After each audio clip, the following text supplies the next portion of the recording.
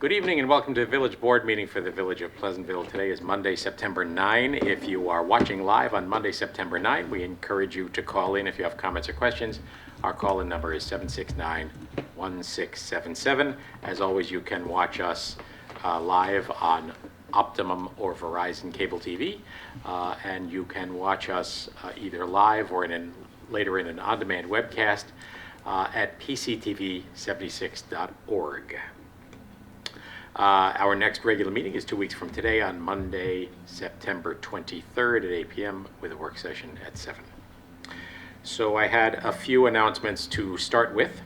The first is that we've had a couple of communications from the county, one of which is from the county health department reporting that mosquitoes with West Nile virus have been found in Westchester.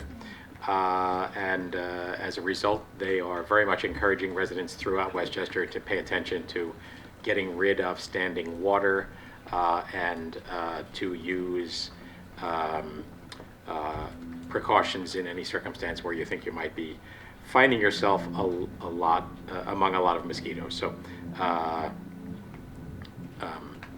just read this little section here from County Executive Latimer, quote, "We can keep mosquitoes from breeding and biting us in our own backyards if we pour out standing water after it rains and remove or turn over things like wheelbarrows, flower pot drip trays, toy pails, or watering cans.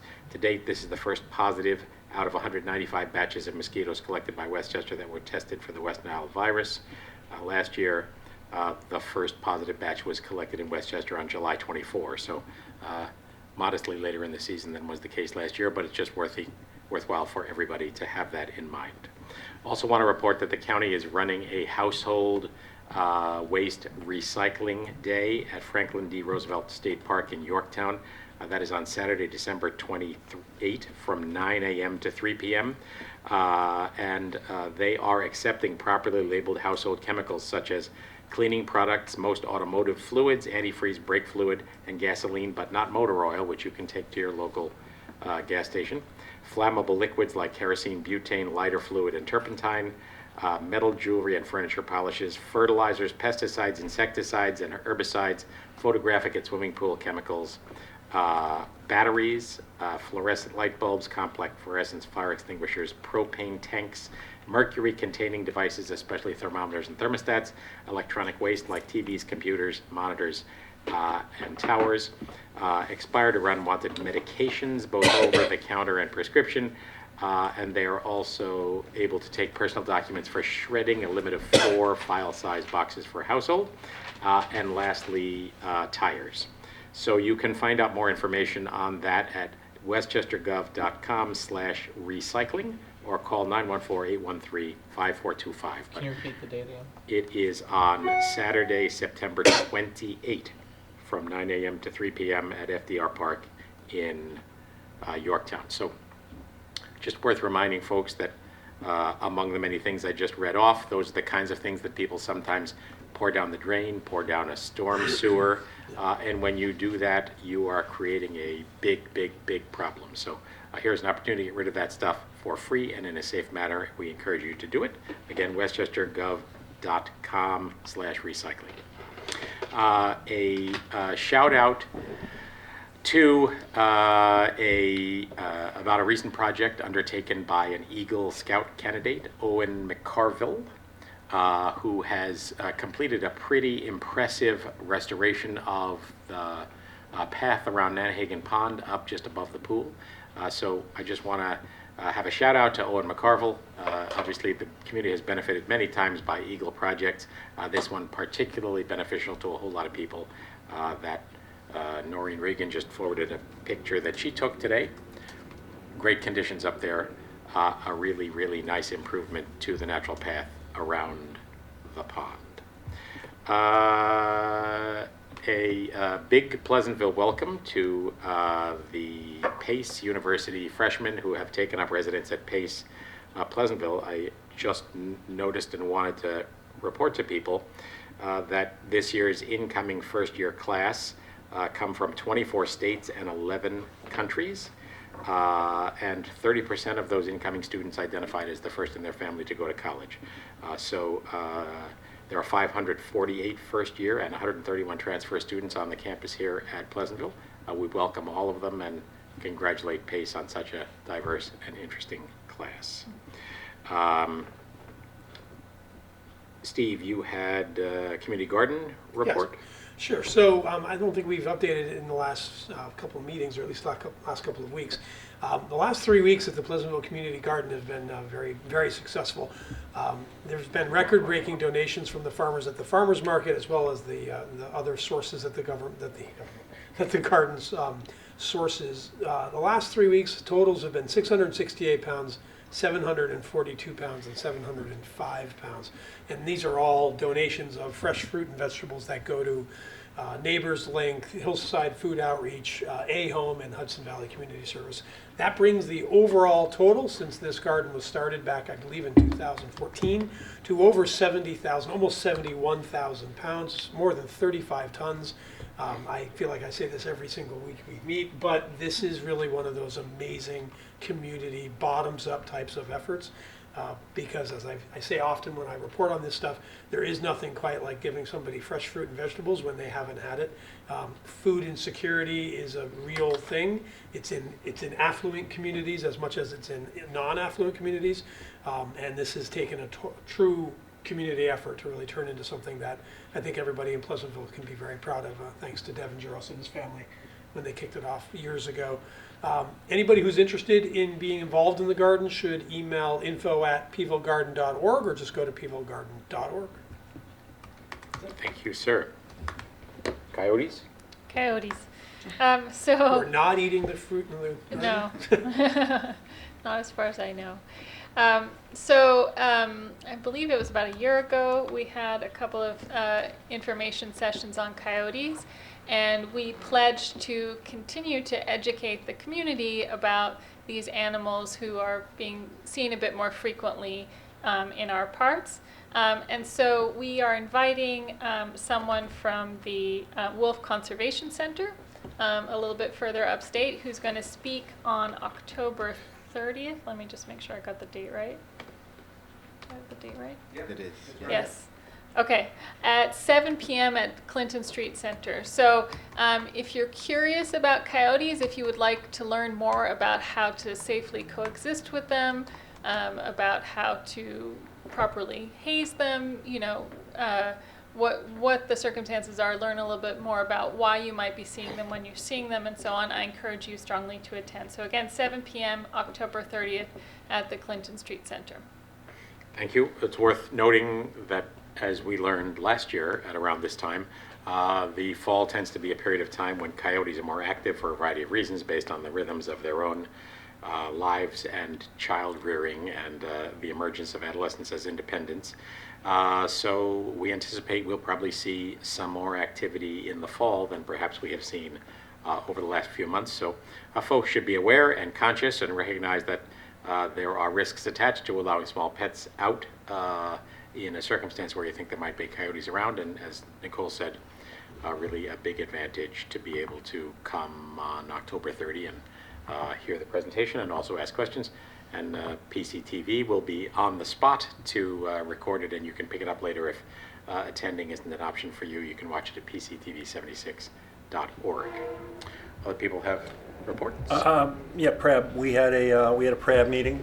Parks and Rec Advisory. Parks and Rec Advisory Board, and there were really two topics that involve our board that we talked about. One was lighting behind the bleachers, which to light the back field, and we have a resolution on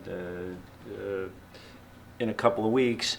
But we have a memo from our DPW director expressing a layout for 6 different lights and to light that field, and they were pretty supportive of that. In fact, they were very supportive of it. The other thing that they talked about, though, was the swimming pool, and they're, with obviously no particular recommendations. We talked a lot about an entirely new pool, and then what would happen if we made renovations to the existing pool, or if it was the same size or larger. And I explained to them we're getting a survey I know that we're getting a survey of the entire Nanahagan park, including the pool and all the way down to the pump house, and that's the first step for us to start evaluating really what we're going to do with the pool. But they just wanted to and me to express to this board that it's important to them that we move forward with the pool one way or another, you know, so that's all. Just Okay. wanted to Thank you for let that. you know that.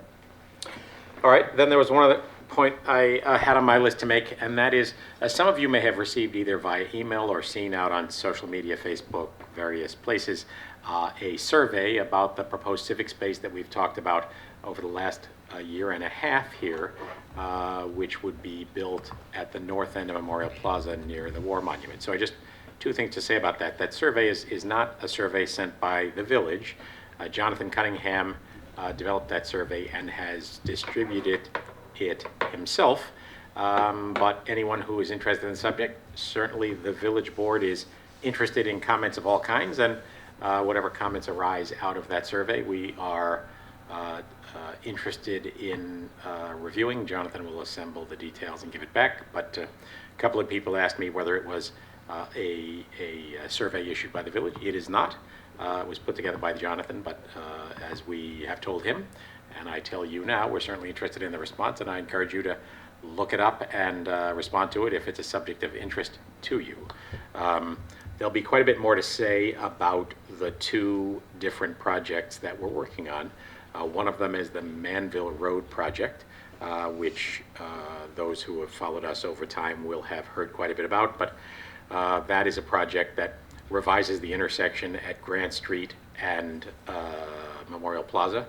It closes the so-called slip lane, the elbow lane that comes through Memorial Plaza and up over the railroad bridge, creates wider sidewalks and bumped out sidewalks to have fully ADA compliant ramps at our intersections, and also to narrow the width of the crosswalks, straightens out the crosswalks which are currently diagonal on a couple of locations on Manville Road.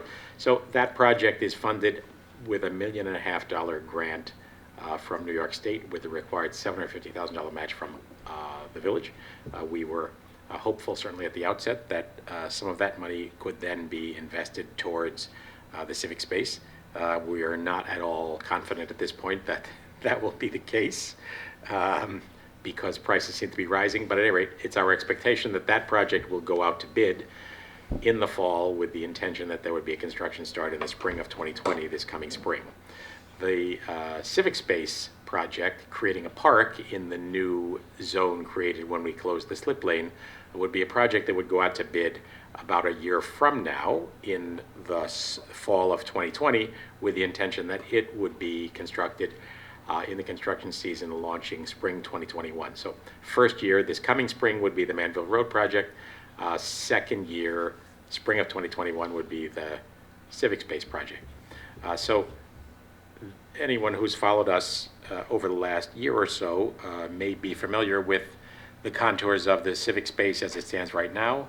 We're holding the final details on that in stasis at the moment until we actually see what the Manville Road project will cost. We may have to do some value engineering or to trim our sails, depending on how much money the Manville Road project costs. So we have a little bit of flexibility there, but over the next few weeks, we'll be coming back to you to tell you more about the process for the Manville Road project, and then in the months to follow, engage folks again, as we did this past spring, about the civic space. So that's the lay of the land on that subject. Any further comments, questions, new announcements? I have one more announcement to make. Go for it. Which I should have thought of earlier. We have a new program that we're rolling out with the help of Pleasantville Recycles that I'm personally very excited about, and that's going to be a municipal compost through the village of Pleasantville. And I believe it's scheduled to start in October, although we will have a more official date at our next meeting.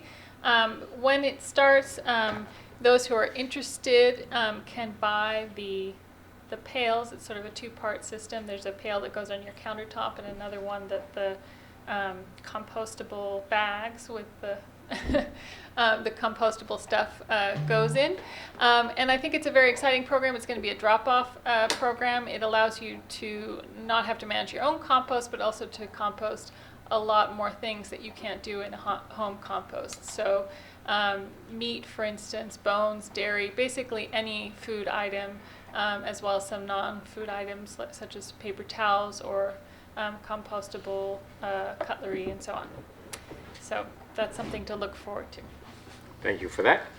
Then the last thing on my list is, as you will see shortly when we go through our resolutions, we are signing a consultant agreement with Concordant Communications, two local folks, Jackie Burton, a Pleasantville resident, and Courtney Walker, Pleasantville School District resident, but just outside the village, are two people with a communications background, and we're engaging them to assist us in a whole variety of ways, but a part of that reflects the reality that we really do need, and folks really do want and expect that we'll be able to provide more current, more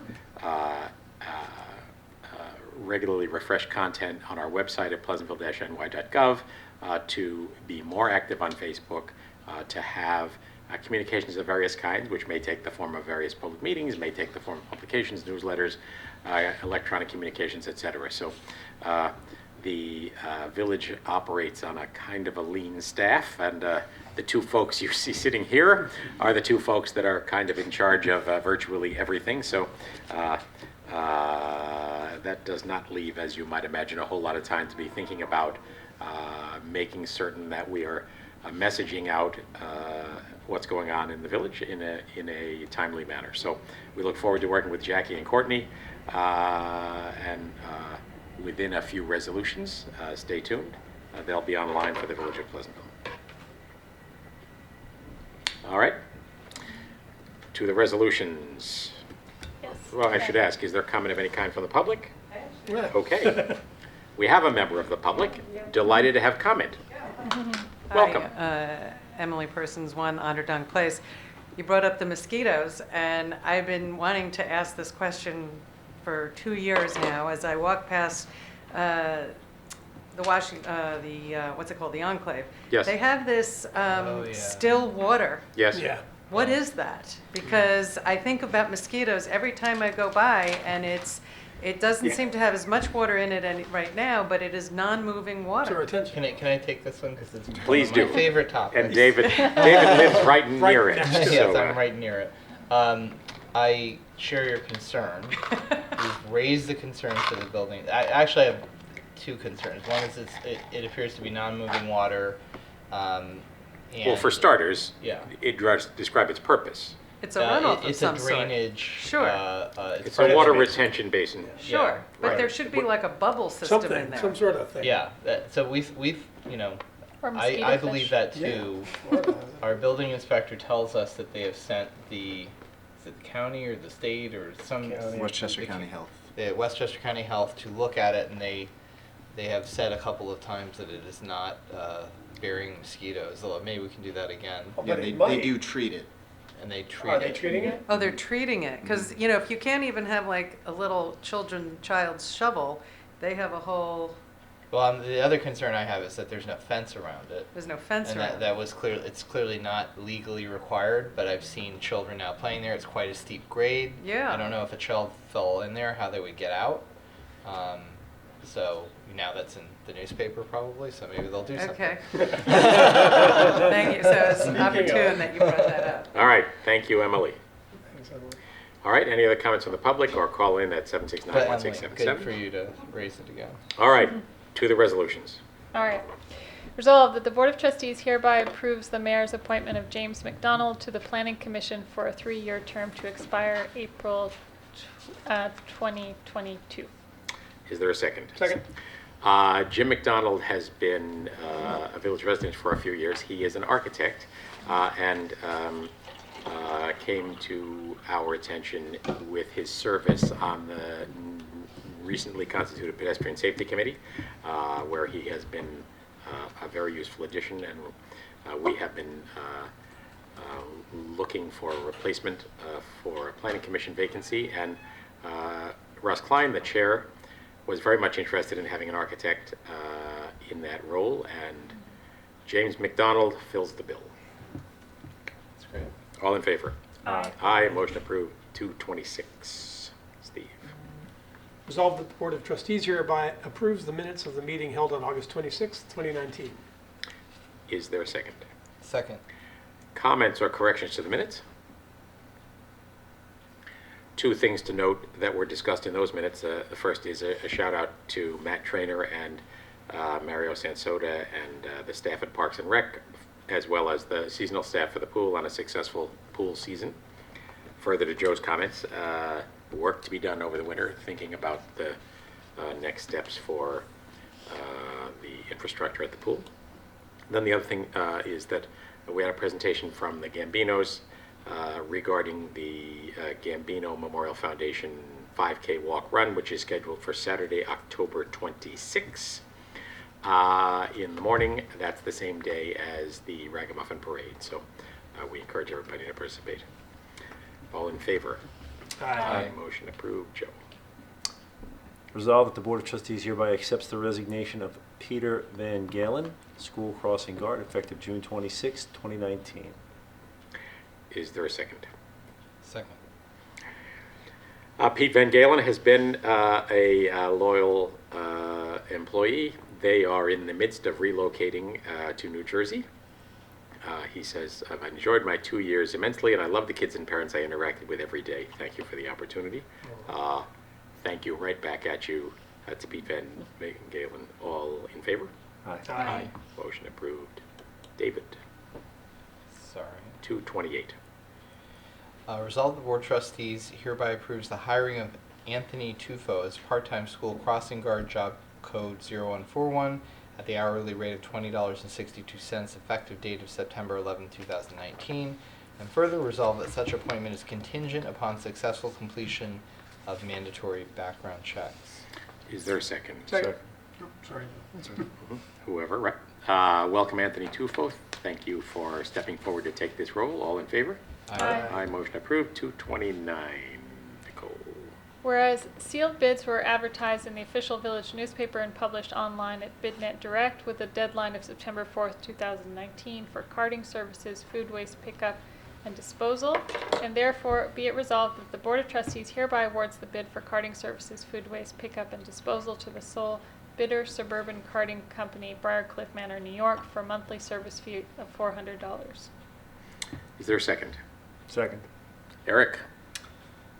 So they were the sole bidder, but they're the carting company that does operate the carting services for the Scarsdale program and many of the other municipal carting programs, food compost programs. So the number comes in right at budget, pretty much what we Great. expected. So we're excited to work with them. Obviously, they've got a lot of experience in this, and I look forward to a good relationship. All righty. All in favor? Aye. Aye. Motion approved. Steve, 230. Resolved that the Board of Trustees hereby approves the check register dated August 26th, 2019 for fiscal year ending 2020, covering check numbers 94553 to 94702 as listed below. From the General Fund, the Water Fund, the Capital Fund, the Refuse Fund, and the Trust Fund, a total of $287,139.56. Is there a second? Second. Comments or questions regarding the check register? All in favor? Aye. Motion approved. Joe, 231. Resolved that the Board of Trustees hereby approves the following new hires as part of Time Recreation Assistance Job Code 0269 for the Panther Club Recreation Program with an effective date of September 16, 2019. Janet Young, Kevin Love, Parvin Saeed, and Jill Kukuza, Janet Young, Kevin Love, and Parvin Saeed at $20 an hour, and Jill Kukuza at $30 an hour. Further resolved that such appointments are contingent upon the successful completion of mandatory background checks. Is there a second? Second. Does that fill out our Panther Club staff? It does, and Jill is at a higher rate because she will serve as the program's nurse. Okay. So great. we don't have the title Panther Club nurse, we have the title rec assistant, so. Great. Welcome Janet, Kevin, Parvin, and Jill. All in favor? Aye. Motion approved. 232, David. Resolved that the Board of Trustees hereby authorizes the village administrator to execute an agreement with Concordant Communications LLC for communications consultant services at the rate of $70 per hour. Is there a second? Second. As mentioned, as I mentioned a little while ago, the key staff working with us will be Jackie Burton and Courtney Walker, both local folks. And just to give you a sense for their role, their services include support of the administration and board of trustees on village-wide communications, including but not limited to board directives, quarterly village newsletters, seasonal programs and events, provide strategic communications assistance for key projects, including Manville Road, Memorial Plaza, and the Civic Space, engage with key partners, including the school district, PCTV, the town of Mount Pleasant, write press releases on announcements and events as required, provide communications counsel to support the administration in a crisis event, help the village maintain visibility among external audiences, attend meetings and stay abreast of priority topics, serve as a contact with relevant media, and oversee the production of video, Adobe Spark, and other visuals to communicate. So that's sort of a quick summary of the services they will provide, and it's our expectation that the total budget for this venture through September 2020 would be about $31,360. Billing at an hourly rate. Correct. All comments, questions? All in favor? Aye. Aye. Motion approved. Welcome Jackie and Courtney. Yeah. Yes, Second. welcome indeed. Yeah. 233. Me, I think. Nicole. Resolved that the Board of Trustees hereby approves the hiring of Joan McGowan as a part-time food service helper, job code 0305, for the Clinton Street Center Kitchen at the hourly rate of $12, effective date September 16th, 2019. Is there a second? Second. Is this the return of our Joan? Yeah. Yes, it is. I ate there recently, and the residents, including some of those who have not always been the most complimentary, seemed happy with the Seemed happy? revised meal service. That's a So, tough crowd. Great. yeah. Well, Joni, if you're watching out there, welcome back. Glad to have you on the team. All in favor? Aye. Aye. Motion approved. Any new business? Any further comment? Any comment from the public? Is there a motion to go into executive session to discuss real property and personnel? So moved. Second. Second. All in favor? Aye. Aye. Thank you all for watching. See you in 2 weeks. Sign up for Village News at pleasantville-ny.gov. Thank you.